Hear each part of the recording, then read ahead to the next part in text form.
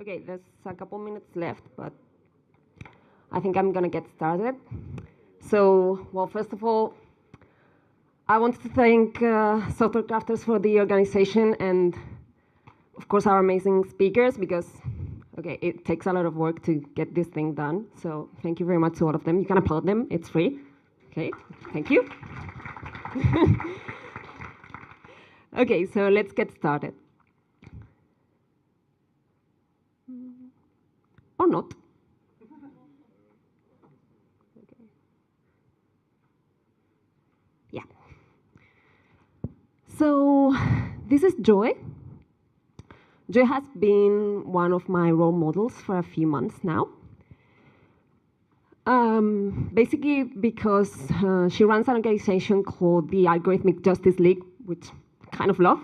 I just wish I came up with that name myself. But the thing is, back when this picture was taken, Joy was working, studying at MIT, and she works with facial recognition software. Her work is about how to interact with robots. And she was facing quite a problem, and the problem she was facing was she's black. Well, apparently, crazy as it thinks, the robot she was working with was completely incapable of recognizing her face as a face at all. So the mask she is wearing in this picture is actually the mask she needs to use in order to get the robot to recognize her face and to be able to actually present her work and be able to code her work, because the libraries the robots were using are completely incapable of recognizing a black face. So the thing is, would you say those libraries were faulty? Would you say there's something wrong with them? You can answer, you can raise your hands. Okay? Yeah?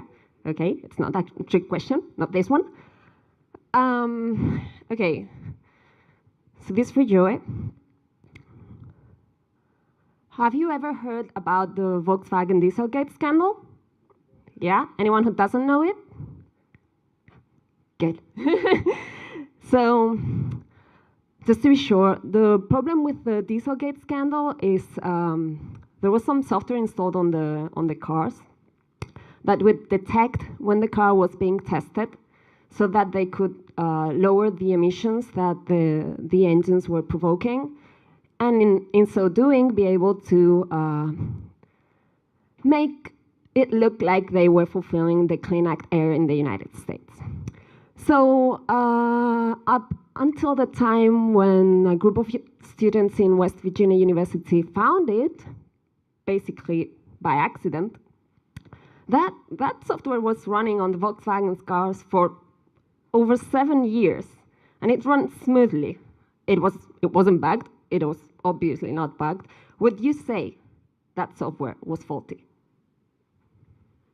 Okay, this is a trick question. It's not that hard. Okay.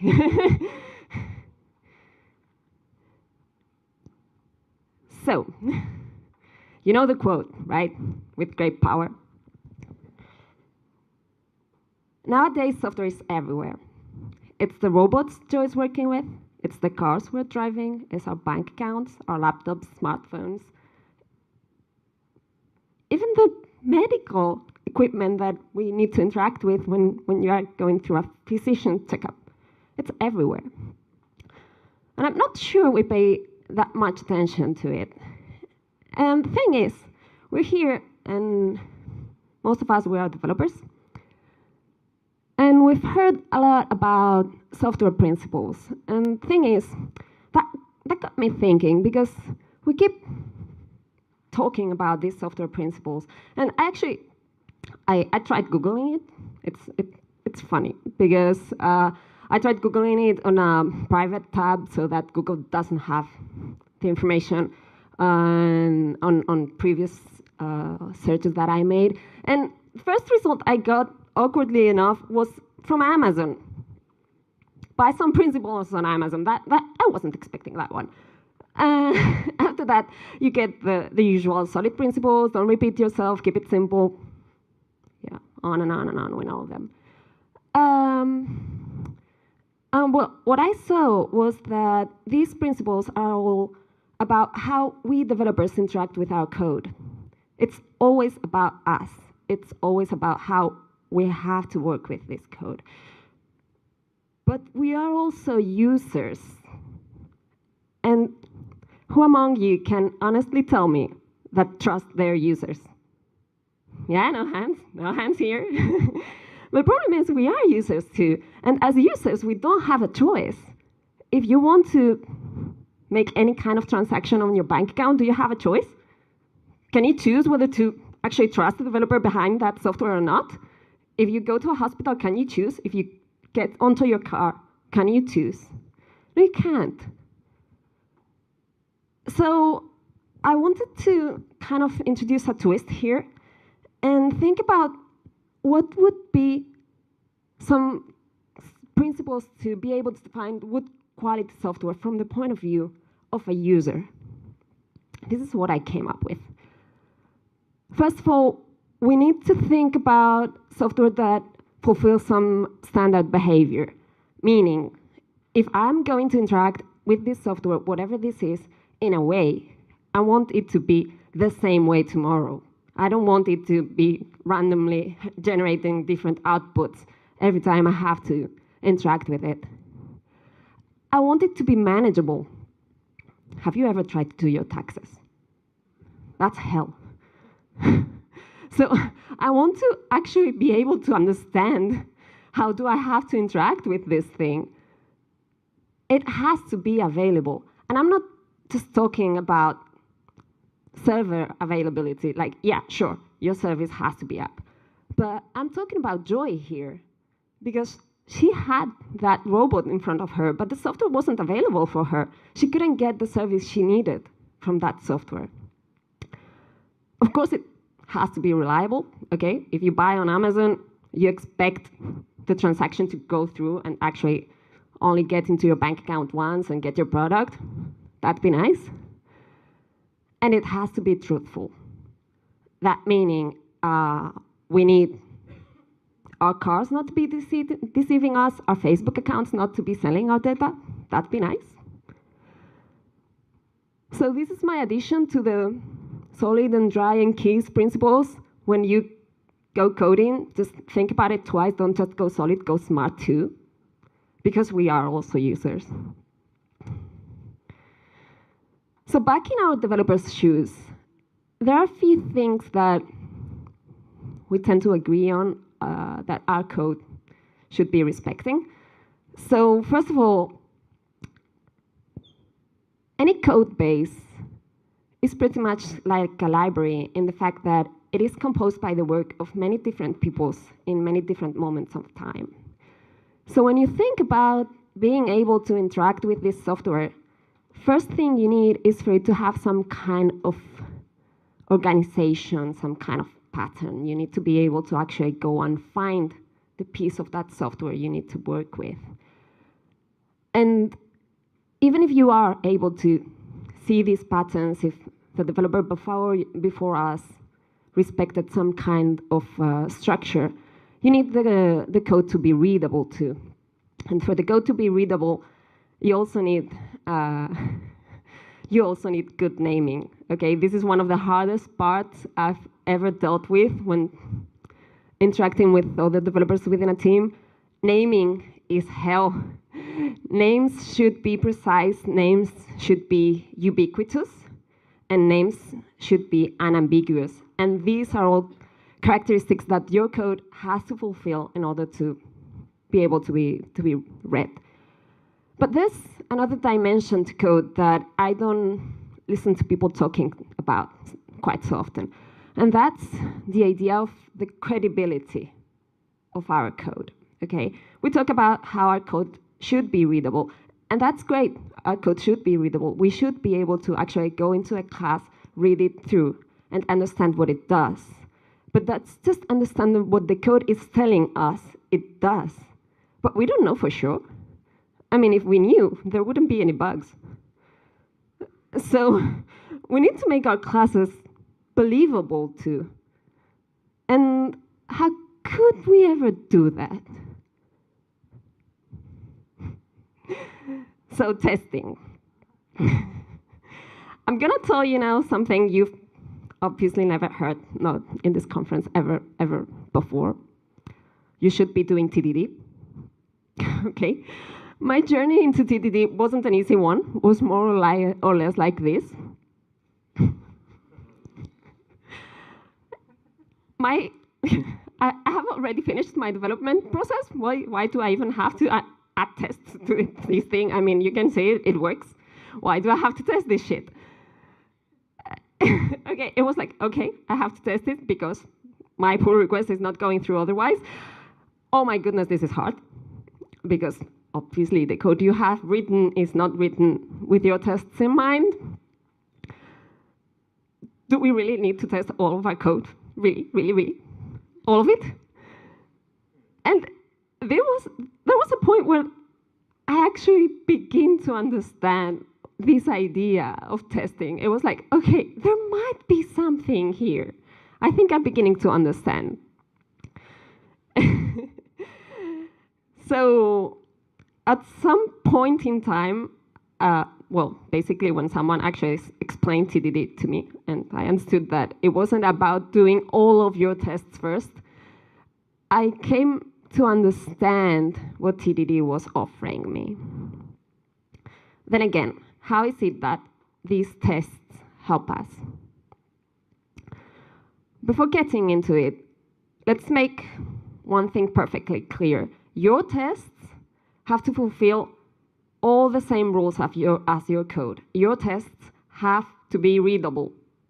Okay, who here hasn't found a class marvelously written and a bunch of tests absolutely messed up that you cannot understand?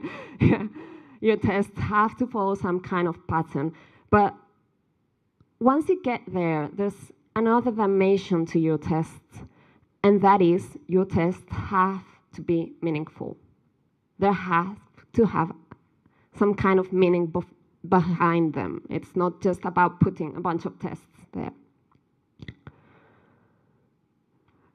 So these are a few examples from our production environment. Okay, so these ones I didn't make up. These are real. Public function test update when client doesn't exist. Okay, if anybody here can actually explain to me how could you update a client that doesn't exist, please come forward. I'm still struggling with it. More on the same line, sync client not exists username. Isn't that nice? Okay, I don't know if you can read this one. This one bothers me for a very specific reason. I'm not against copy pasting. That's okay if you are going to actually test a full functionality on a very specific topic. But could you please not write it up like checkmate doesn't exit every time? Then again, there's this public function registration. Who don't know? And my absolute favorite of all time. We actually managed to have two of these, not just one. Test given when then. So yeah, using patterns is great, but please keep in mind that patterns are just patterns. You're supposed to actually make it fit your needs. So yeah, right when I was thinking that I was starting to understand TDD, I got faced to that. So there's better ways to do tests, and you can have something better written, or at least most readable. Create user with correct data. Doesn't anyone have a problem with this? Yeah. I don't know what behavior are you testing? What do you expect? Yeah, what to expect from this? What is correct data? What is creating a user supposed to do? What are we going to be testing here? So yeah, that's right. I mean, it's not exactly wrong. It's not like we are updating a user that doesn't exist, but still, it's not telling us anything. And this is to prove that you can actually put a very long name and still be on the same case. Calculate profile with correct param should return a valid response. Okay, it should. I agree, it should. So the connection between all of these examples is when you write your tests, there's a need for a narrative to them. Your tests should not tell you what the code is doing. They should tell you what the code should be doing. And in so doing, your tests are the single most powerful tool we have to actually add credibility to our codes. Because in reading the tests, we should be able to understand what our code should be doing without actually having to navigate the code. Without actually having to navigate the test code, we should be able to understand our code bases based solely on reading the names of our tests. And of course, there are different layers of testing. So yeah, the narrative to our unit tests are not very much similar to the narratives of our integration tests or our acceptance tests. To be honest, even our product owners should be able to read our acceptance test, but they probably shouldn't be able to read our unit tests. But we need to start thinking about those characters behind the scenes that we are supposed to be testing here. And if we talk about acceptance or even integration tests, we even should be thinking about those characters being part of our domain model. We should be able to put our domain model not just on our code, but also on our tests. Then this is a test that I personally agree with. Invoice number should be reset when changing year. Do we understand what this test is about? Do we need to actually read the code behind the test? But here we know what's going on. So thing is, going back to the library picture, we are just another one of those people putting our work into a code base. We are another author, yet adding another book to this library. Someone else, or even us, will have to go back to this code at some point. And the thing is, we have a responsibility here. We really need to think what we are putting there. Because if we are capable of writing really good tests that describe and add credibility to our code, we really are capable of understanding what is it that our code is doing. So oftentimes I find developers that just want the formal description of the task at hand written on their Jira card in order to get going with whatever they have been tasked to do. And whenever I talk about the Dieselgate scandal, the answer I most often get is maybe they didn't know. Really, maybe.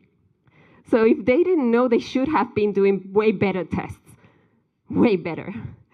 And if you understand your model, you should be very much aware of what your code is doing. And you have a responsibility both to ourselves and to future developers to understand what we are putting on our code. Because imagine that point where you get working into Volkswagen and you get faced with code that clearly is doing something illegal. What are your options then? But then again, tell me that nobody wrote a test to actually understand that the car was understanding whether it was undergoing a test or not. So yeah, let's think about this code base as something that will keep growing and we will keep adding to it. And we will change code bases, but we won't change the spot. We will always be that other developer that gets there, gets a little piece of the work done, and then jumps into another project.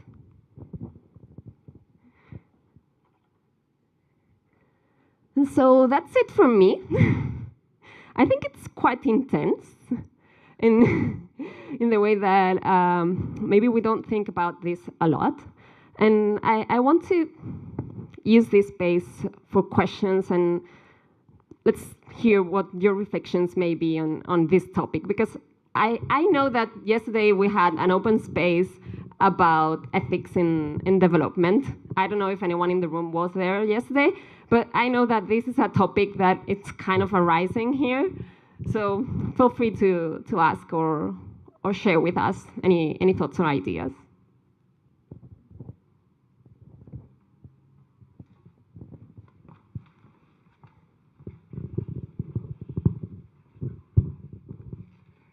Hi, thank you. The talk was amazing and the idea is amazing, and I missed you yesterday in the open space debate because some of these ideas came up and you clearly have a vision. I think this is... Está acoplando el micro. Sorry. So when you talk about smart and being truthful, you're saying, okay, I work in a project that is not evil, but I want not to be, if I understood it correctly, I don't want to deceive users. So I work in an engine of a car, and I don't want to put stuff there that is not supposed to do what an engine should be doing. But what about the wider topic? Like, what about if the nature of my project is evil? Like, what if I'm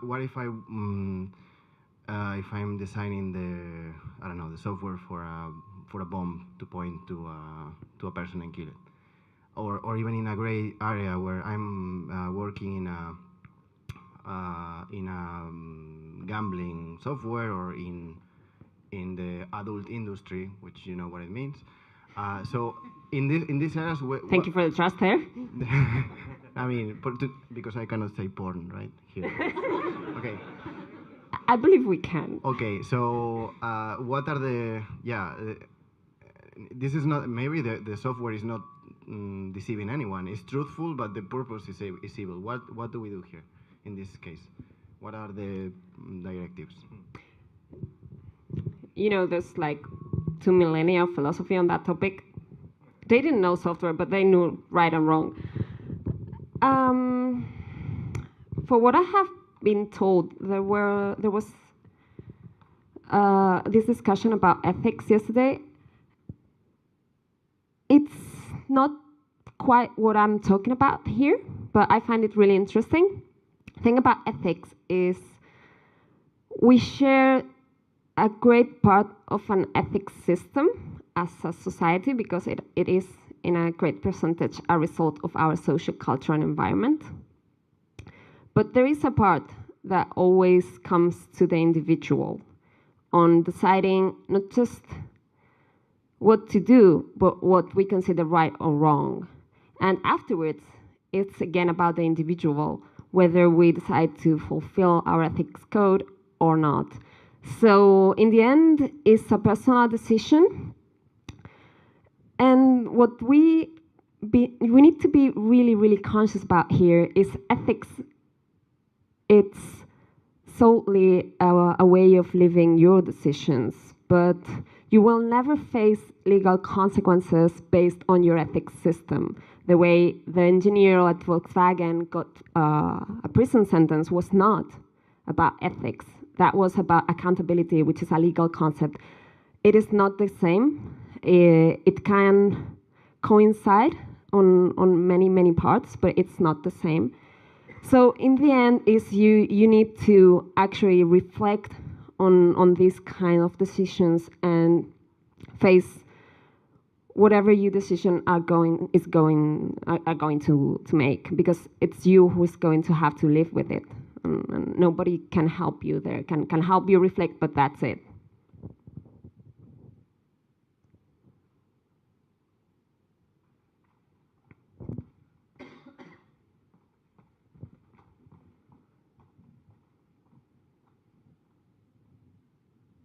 Hello.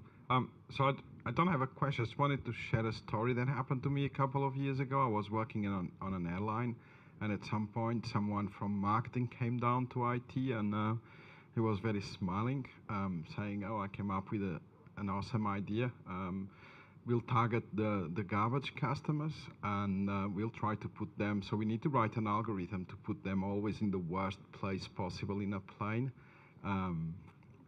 And that was a big problem. I didn't like the idea, but you are in a company, so I ended up escalating to legal, and in the end, it was not about the algorithm, it was about the terminology, calling garbage customers and stuff. But it was quite a fight for us to refuse to do that, and they could have actually said, yeah, you need to do it. And choice. I was in a bit of a position of power, so I was not just a software developer, but sometimes it's very difficult, those things. Yes, I absolutely agree. I've heard this argument before. And the thing is, even though I would accept it under different circumstances, we are right now developers in Barcelona where there is an amazing shortage of developers. And chances are, if you refuse to do something, and even if you get fired for it, you will probably find another job. And sure, if you are in a position where your safety is at stake, I can understand that this is a bit of a struggle, because you have to choose between actually being able to keep on going like you are, and then having to leave knowing that you are doing something you are not quite proud of, and having to know that you are helping build a future you don't want to be part of. And we are building the future here. I mean, future is going to be software. Future is software today. So we are shaping and modeling not just our classes, we are shaping and modeling the world we interact with. So we need to be thinking carefully about this. I would say I don't buy it for any developer here in Barcelona most of the time, but you know, each case has its specifics. Hi, thanks for the chat. It was great. I liked it a lot. I really wanted to comment a case that we in our company we had some weeks ago. There is another company working now with us, like a third party, to measure happiness in the company.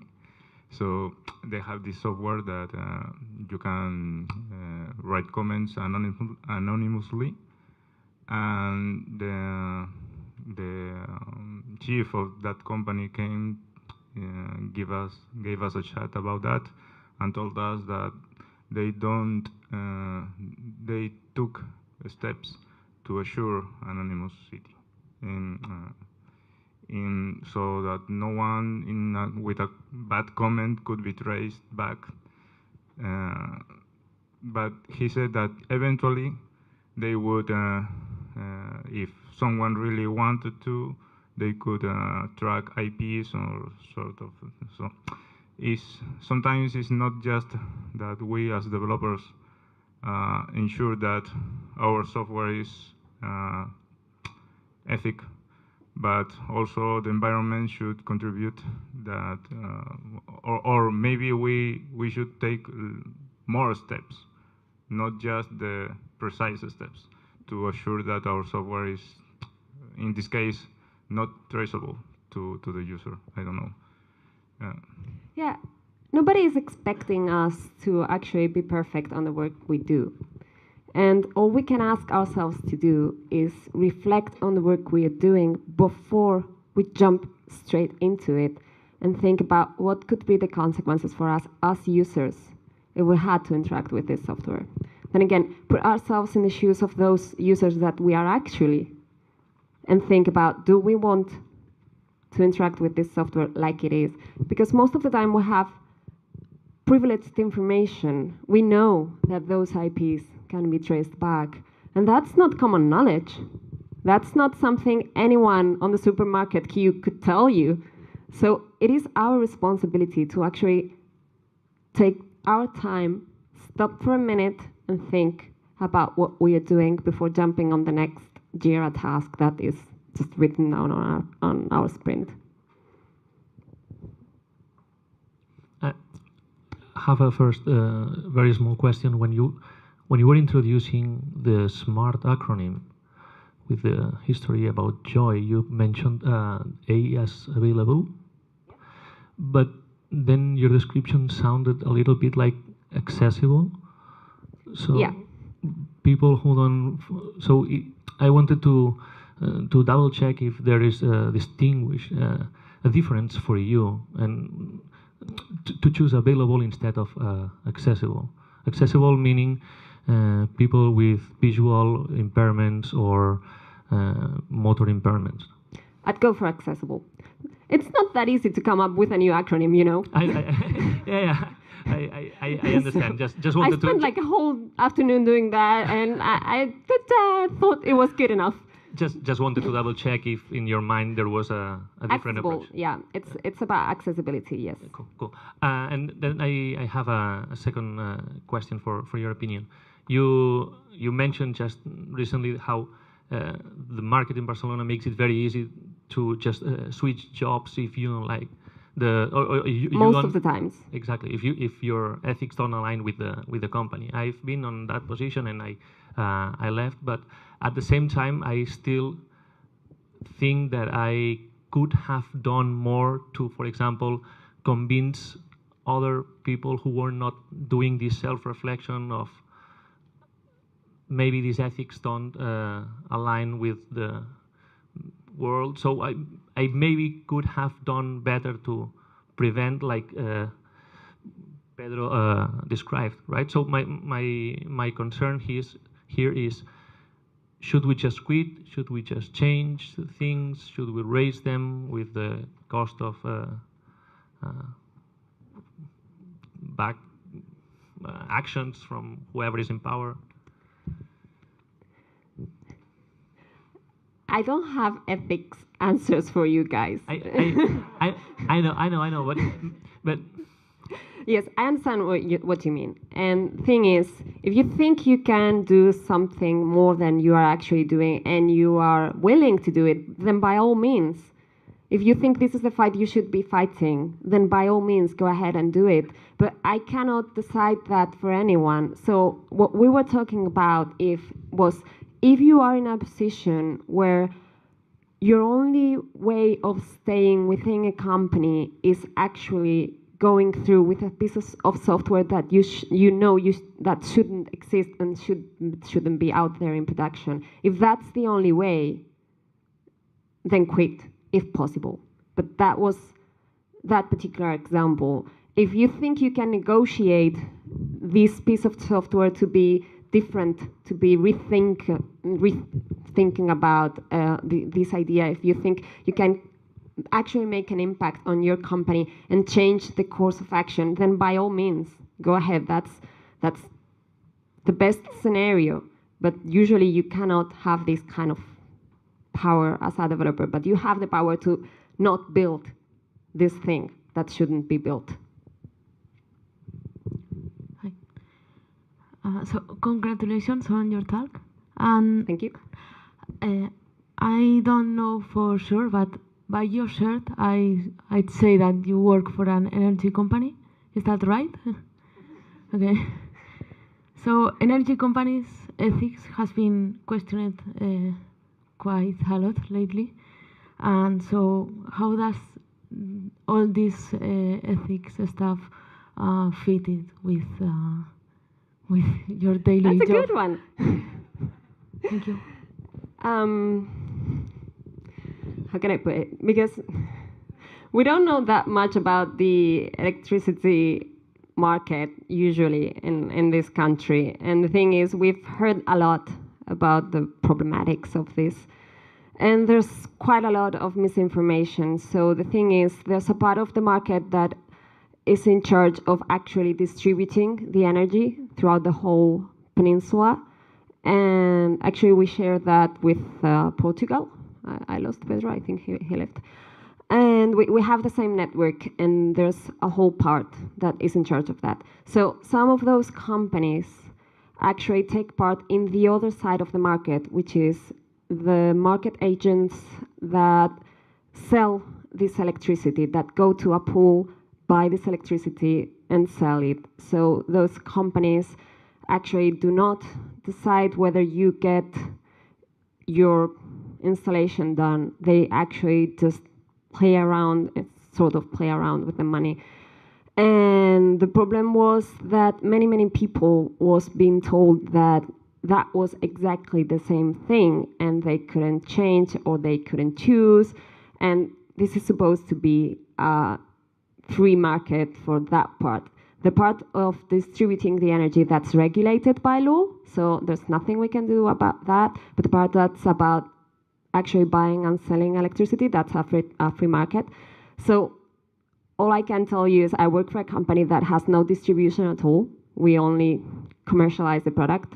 So the way we can actually get an impact on the system is limited, even though, and that's just marketing here, we are actually trying to promote self-consumption and green energies based on solar panels and stuff like that.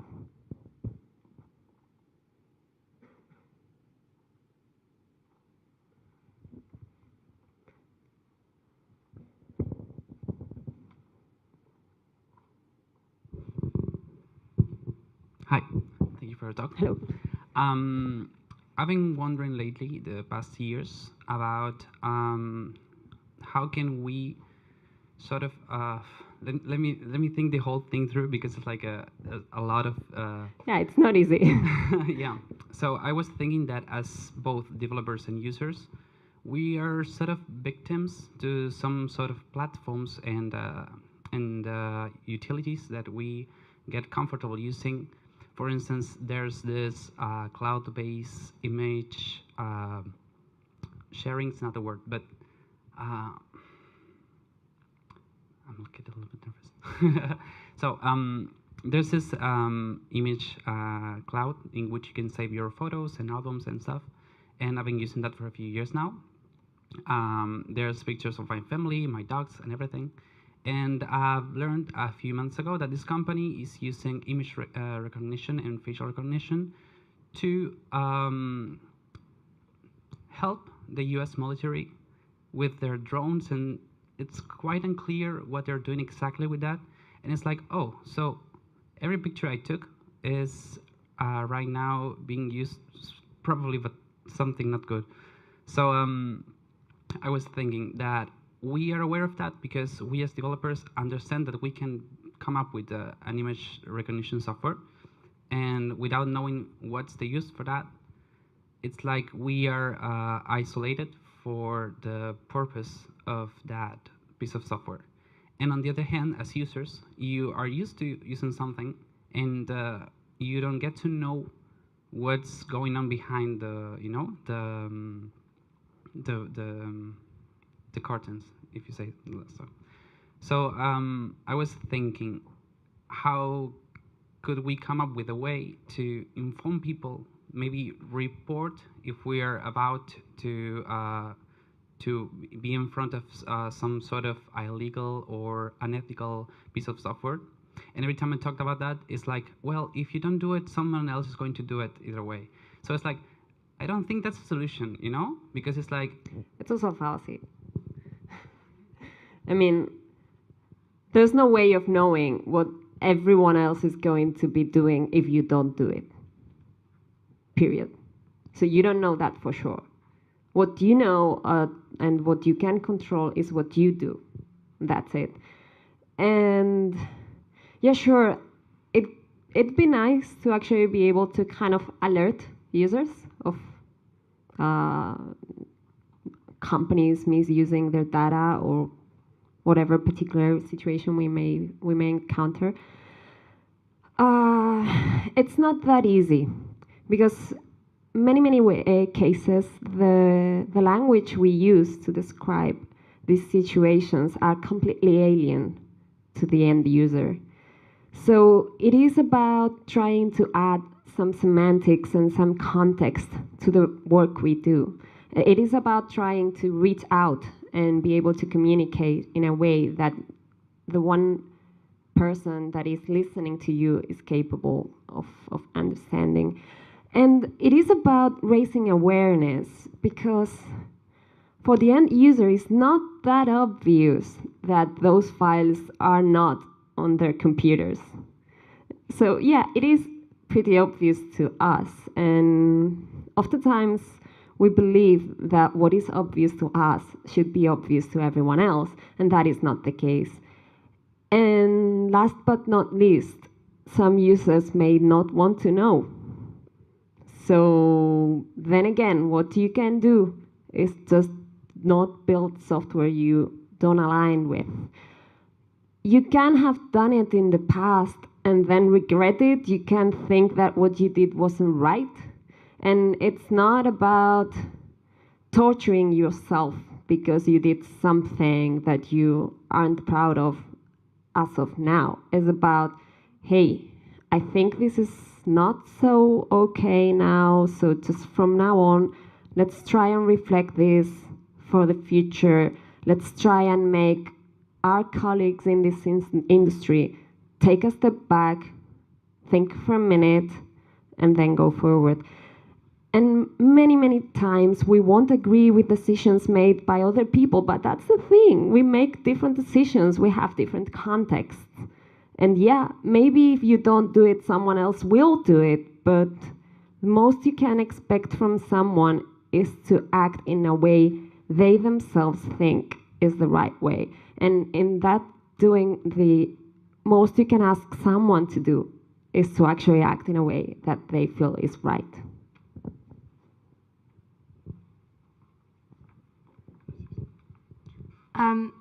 So thank you, that was a really interesting presentation, and I think the discussion is really interesting, and for me, like I agree with what you're saying, like all you can do on an individual level is act according to your choices and ask people to act according to theirs.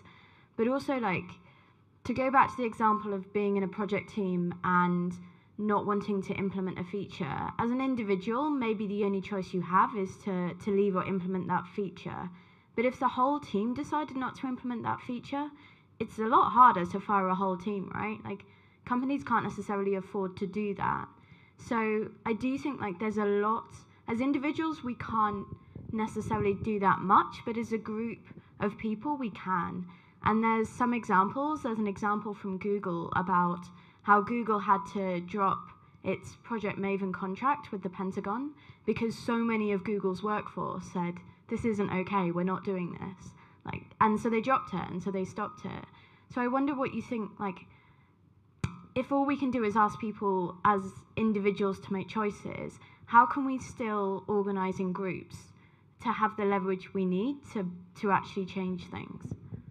Having this kind of conversations, that's it. I mean, from the minute the topic arises and the discussion forms, you have a way of knowing whether you are all alone on your fight or there's someone else who agrees with you. And whatever the answer to that question is, you can actually get into a loop of feedback. Like, am I the one who's wrong or am I the one who's right? And you can actually reflect on the opinions of the other people that actually make your team. And yes, probably even by having this discussion arise, you will get to a point where you can actually get a little bit more of strength and yes, convince a group of people that, yeah, the whole team is against this feature and we are not going through with it.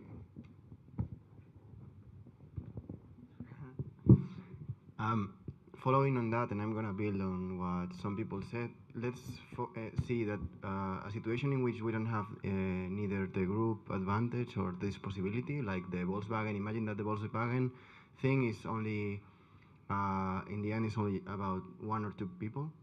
And my question is super concrete. If you are facing a situation in which you have 2 options, either be a whistleblower and just say, okay, I'm going to face legal actions, I'm going to break my thing, versus just leaving, how do you deal? Well, again, sorry, ethics questions. Again, but I'm trying to narrow it down as much as possible. How do you deal with this? Should we promote or defend as a collective this kind of whistleblowing? Or should we say, no, let's focus on creating this kind of awareness and just go to the next job, because in the end, no one will feel this? Then again, it depends on the context, but there's there's one thing I want to make perfectly clear here, and it's this idea of legal consequences, because there's a common misconception about responsibility being sometimes ethics, sometimes accountability. And you may face legal consequences for something you consider ethically right. You may not face legal consequences for something you consider ethically wrong, and you can be in between. So then again, it depends a lot in the context of that particular situation, whether you can actually, you think you can actually have a huge impact and you go for it, or you think you are just going to end up in jail for the rest of your life with nothing accomplished. So you have to go with what you think might be the right answer in that particular moment. I cannot give you a clear guide of, listen, I believe we should be constantly whistleblowing this thing. No idea. I have never run a multi-million company. I don't know the kind of pressure you have to be facing there. I do not know. I can suggest maybe you can read some philosophy on that topic. There's a lot. But other than that, you have to reflect, you have to evaluate the consequences, you have to evaluate your context. You may want to talk to someone next to you to actually be able to listen to yourself and listen to someone else, get a different perspective, then make a choice. Can I answer that? Be my guest. Because we've had this talk before, Paula. So No, you have never had this talk with me before. I never talk about this. And the ethics of code is important, but I think this is a bit related also to like the whole if people should stay in a company and diversity and things like that. And it goes with, you cannot choose for other people. Each one has its own ethic and its own morals. What you can do is build a system that everyone around you will always do what's right for them. So for some people, that would be whistleblowers. Like that would be my immediate reaction, would be blow the whole shit up on fire. But not everyone has... You don't want to piss her off. No, not everyone has the strength nor the support financially or mentally to do that. So, and not everyone has the same ethics as me. So what I can do, what I can make sure that I do is that everyone that works with me or that works around me, if they feel bad, if they are doing something that is ethically wrong, or that not only that they reflect before they do it, but also that they know that they have to do what's right. And maybe that's right, I don't think it's right for me, like I might disagree with them, but it is what right for them. You cannot push someone to do something because you think it's right. Everyone has a different set of ethics. It changes a lot depending on the culture, and it changes a lot depending on what at that point of their life they are. So you cannot really ask the question of should they be whistleblowers or should they really leave? They should do what they think is right. And you have to enforce the system of people to reflect when they do things and when they code and which teams they're part on, and then force them to always do what's right by them. And that's all you can do. I want to get a little bit deeper into that because we don't think about this very much, but in that way, a legal system is actually some framework we as a society build to try and get those ethics rules that are floating around everywhere and put them into concrete rules that you are supposed to follow. And yes, legal systems change, and yes, sometimes we don't agree with a particular set of rules, but there's this idea behind them that they are trying to build a framework for individuals in a society to actually be forced into acting the right way. Yes. Hi. Well, congratulations for your speech. I would like to ask you about the next steps that the European Union is about to do over. Oh, if you know about it. I think we are getting out of my depth here. Okay. No, just you know, if you know something about it, about the steps that the European Union is about to protect whistleblowers. You know, if I'm not sure if something is going to change in this way. You know, they are going about to rule, to protect, to you know, to do some steps to improve the protection over whistleblowers. I'm not sure if something is going to change in Spain, luckily, you know. I don't have ethics answers. I don't have a crystal kind of connection to the future either. I have absolutely no idea. I mean, I've never been into law before or like ever, and to be honest, I don't even know what those steps are. So, but I want to reflect on one specific thing, and that is you never know what's going to happen, and you can only guess, and you can only hope. So that cannot be an argument into doing nothing because you are not sure that that is going to change anything. I would go as far as saying that if you expect that to have a negative outcome, then don't go for it. But if you have no idea if that is going to help or not, but you think it could, then that's your only choice. You should go for it. Your only other choice is just do nothing and stay on the same spot you were, which you didn't like to begin with. So just go for it.